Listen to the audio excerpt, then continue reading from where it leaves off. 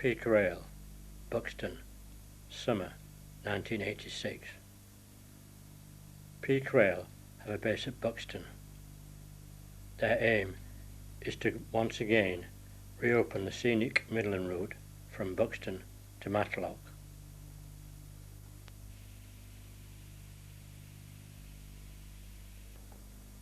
To get funds for the society, regular weekend steamings are held.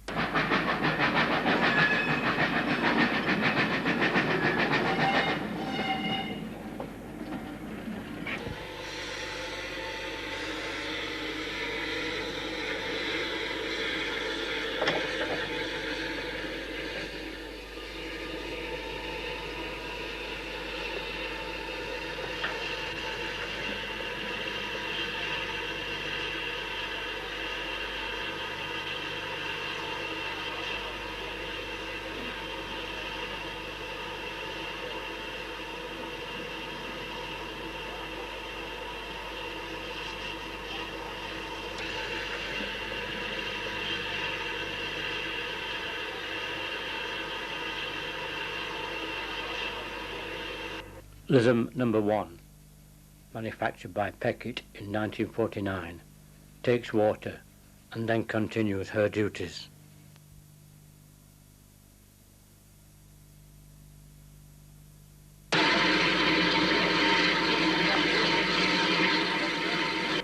Another fundraising venture which took place was a series of diesel multiple unit specials running over the old Midland Railway metals to new mills. The special was aptly named Peak Rail Rambler. The film attempts to show most of that journey. Our journey starts at Buxton from the old London and North Western station.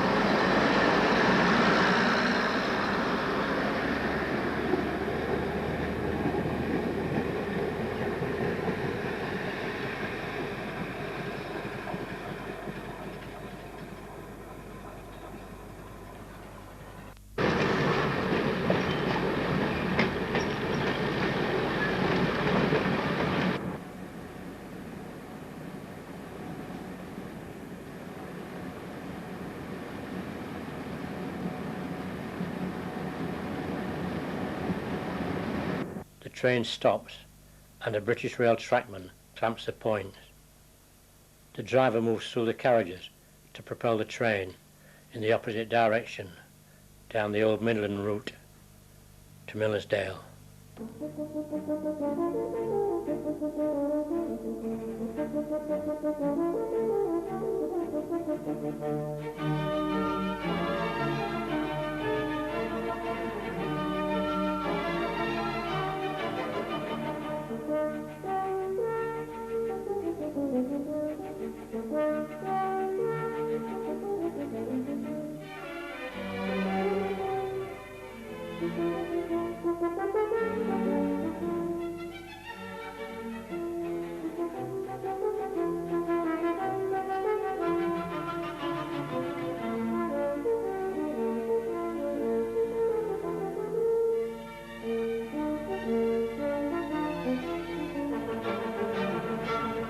Buxton is left behind. Our final view is of the London North Western Viaduct.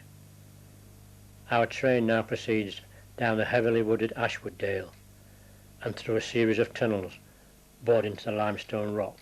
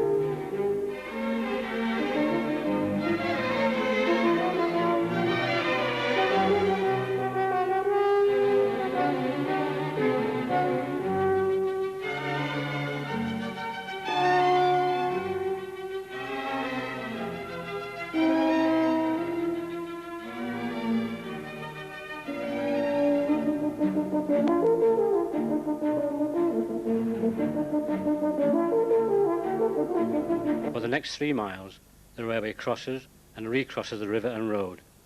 It swings from one shelf, cut into the steep hillside, to the other, and by following the course of the river, manages to keep tunnelling to a minimum.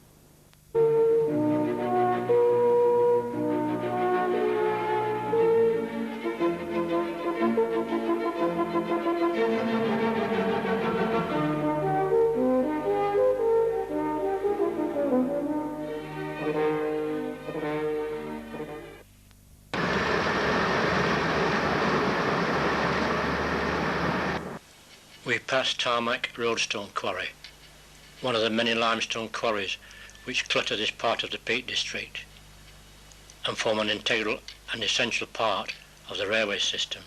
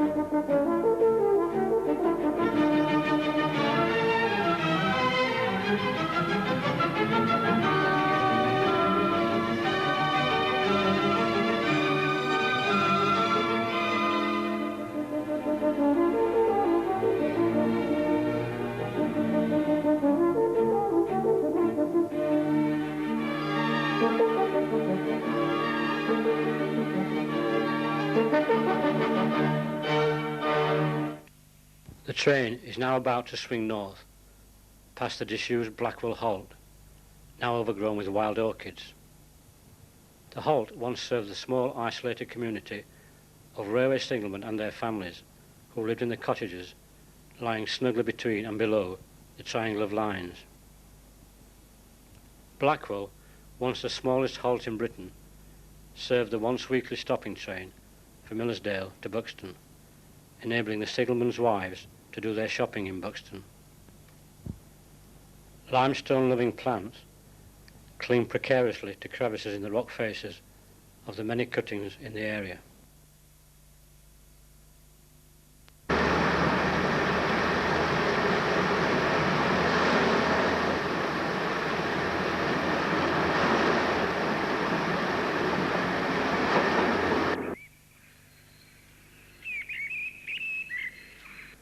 Blackwell, the Midland Railway Terrace. 8 dwellings built for the signalmen and their families. There were 3 signal boxes in the triangular junction, controlling lines to Buxton, Manchester and Derby. The junction and signal boxes are no more. Only a single line freight track remains.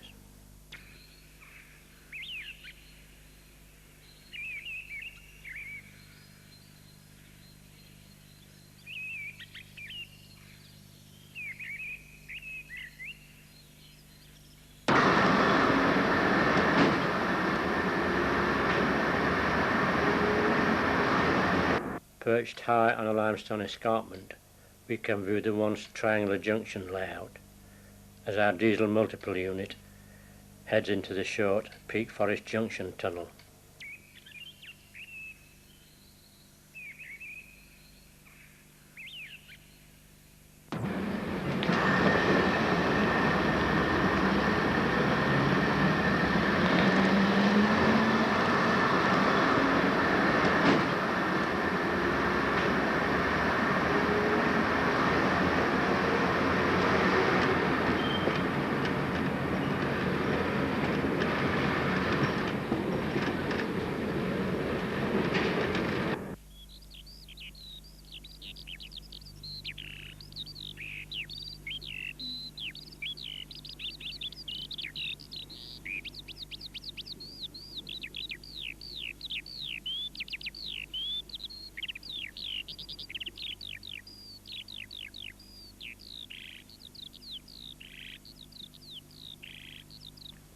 Our train, now heading north towards Peak Forest, passes through the yard of the huge ICI Tunstead lime works, where rakes of vacuum-braked bogie hopper wagons with their cargo of limestone rock are marshalled.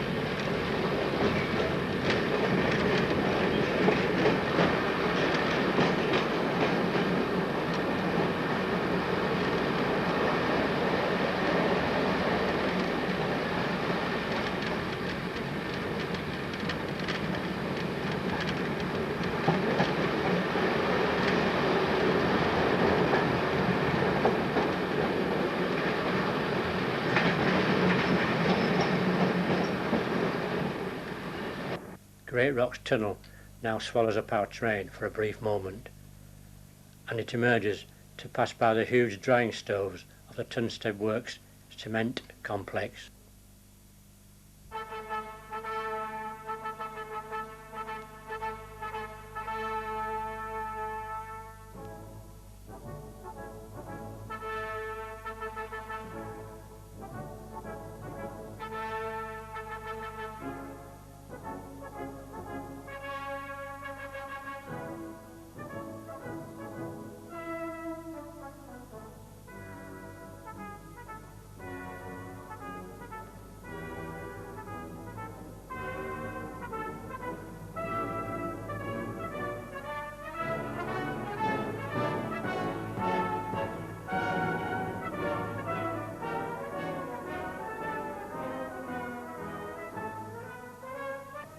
Great Rock signal box, and the single line token is given up as the DMU crosses onto double track and proceeds up towards Peak Forest summit.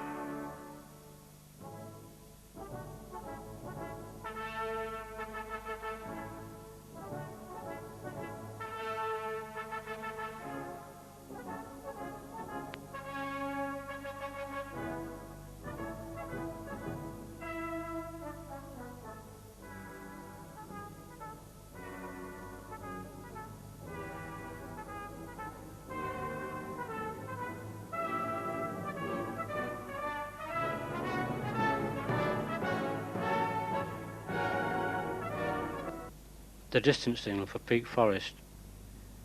Here is the now out of use fog hut below the signal.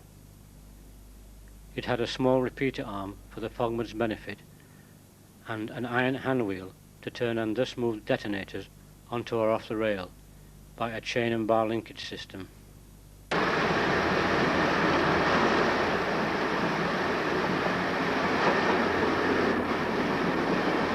Still surrounded by limestone quarries, we approach Peak Forest Station, now a private residence.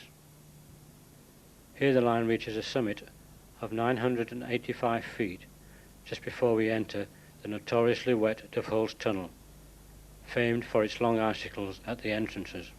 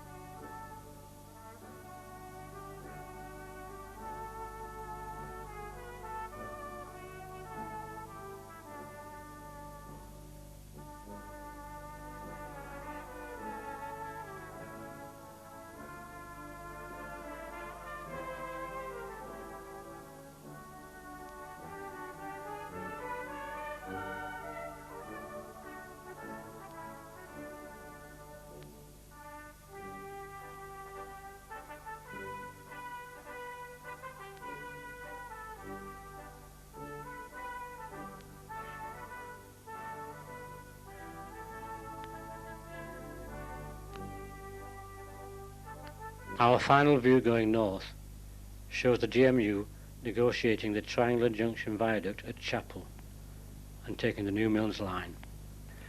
We pick up the Rambler once again, returning south across the viaduct and then passing the remains of the former Midland station at Chapel.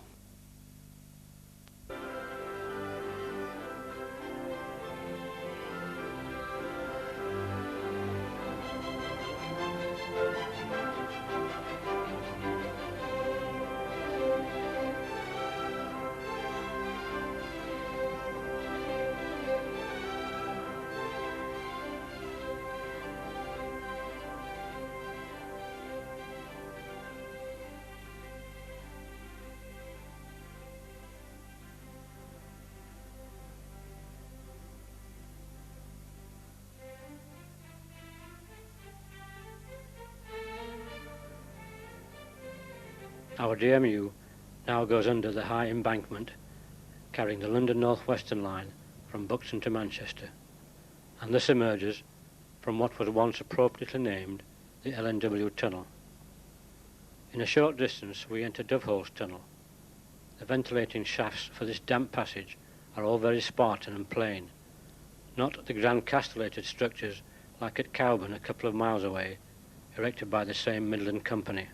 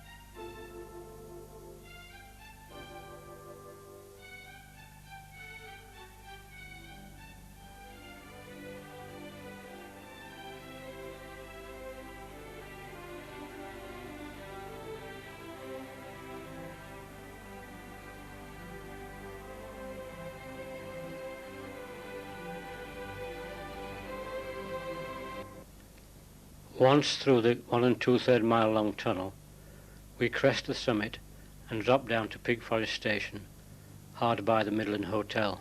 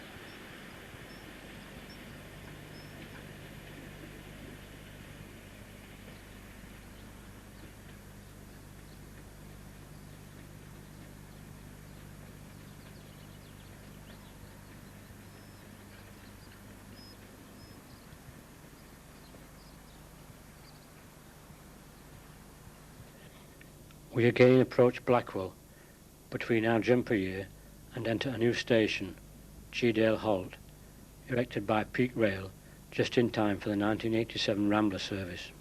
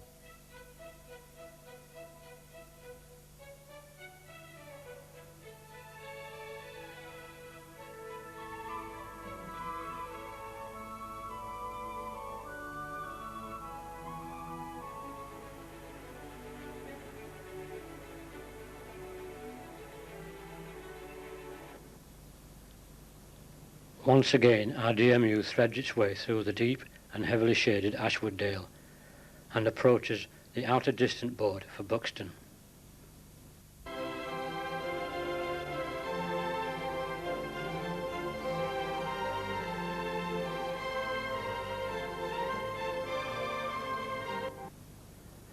We approach the reversal point into the LNW station at Buxton, and through the archway a diesel shunter is standing on Peak Rail tracks, awaiting the erection of a bridge to connect up to Midland Metals. And so our journey by train is over, but before the film closes, let's take a stroll down part of the route and see some of the fine architectural structures the proposed line will encompass.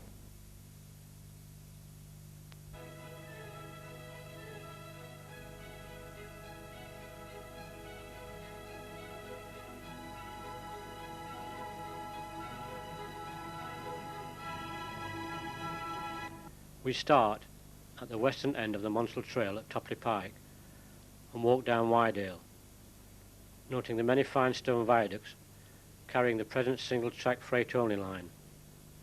Whether Peak Rail will share this single track or will lay its own track alongside is a matter of conjecture.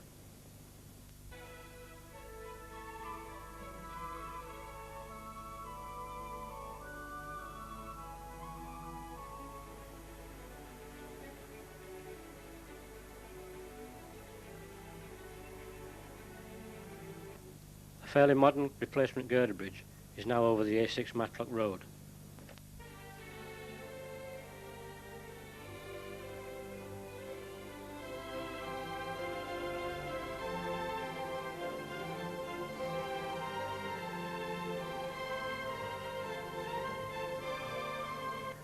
At Blackwell, the fine Midland cottages are now highly sought after country dwellings, whose owners commute by car. I dare say that not one is owned by a railway worker. At this point, we join the old track bed carrying the Monsell Trail along the former Midland route to Derby.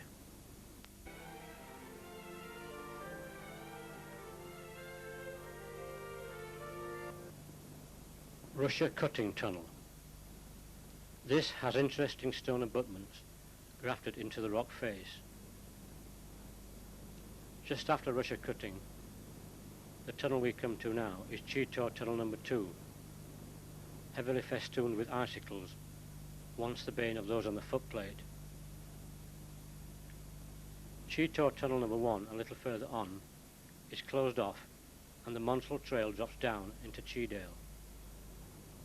After heavy rain, this path is a little precarious to both man and his best friend.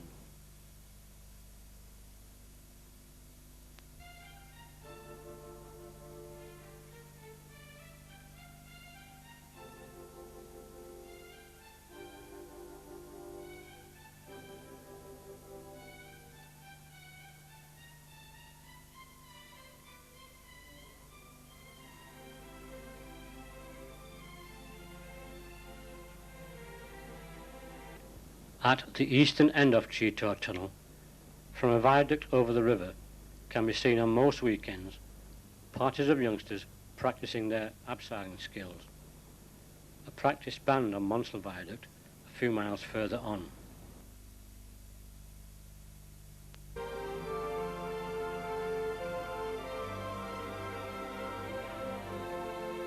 At Millersdale, the Midland crossed the River Wye on two fine iron viaducts. Originally, there was only one, erected in 1863. This fine structure will carry the tracks for Peak Rail. The furthest viaduct was erected in 1905.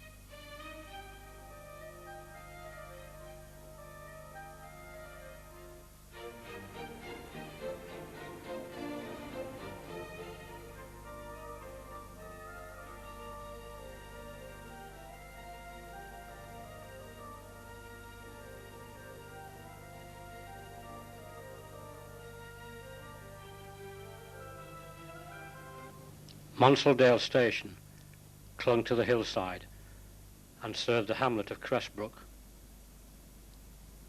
It had a loading dock to accommodate coal wagons for use by the cotton mill nearby.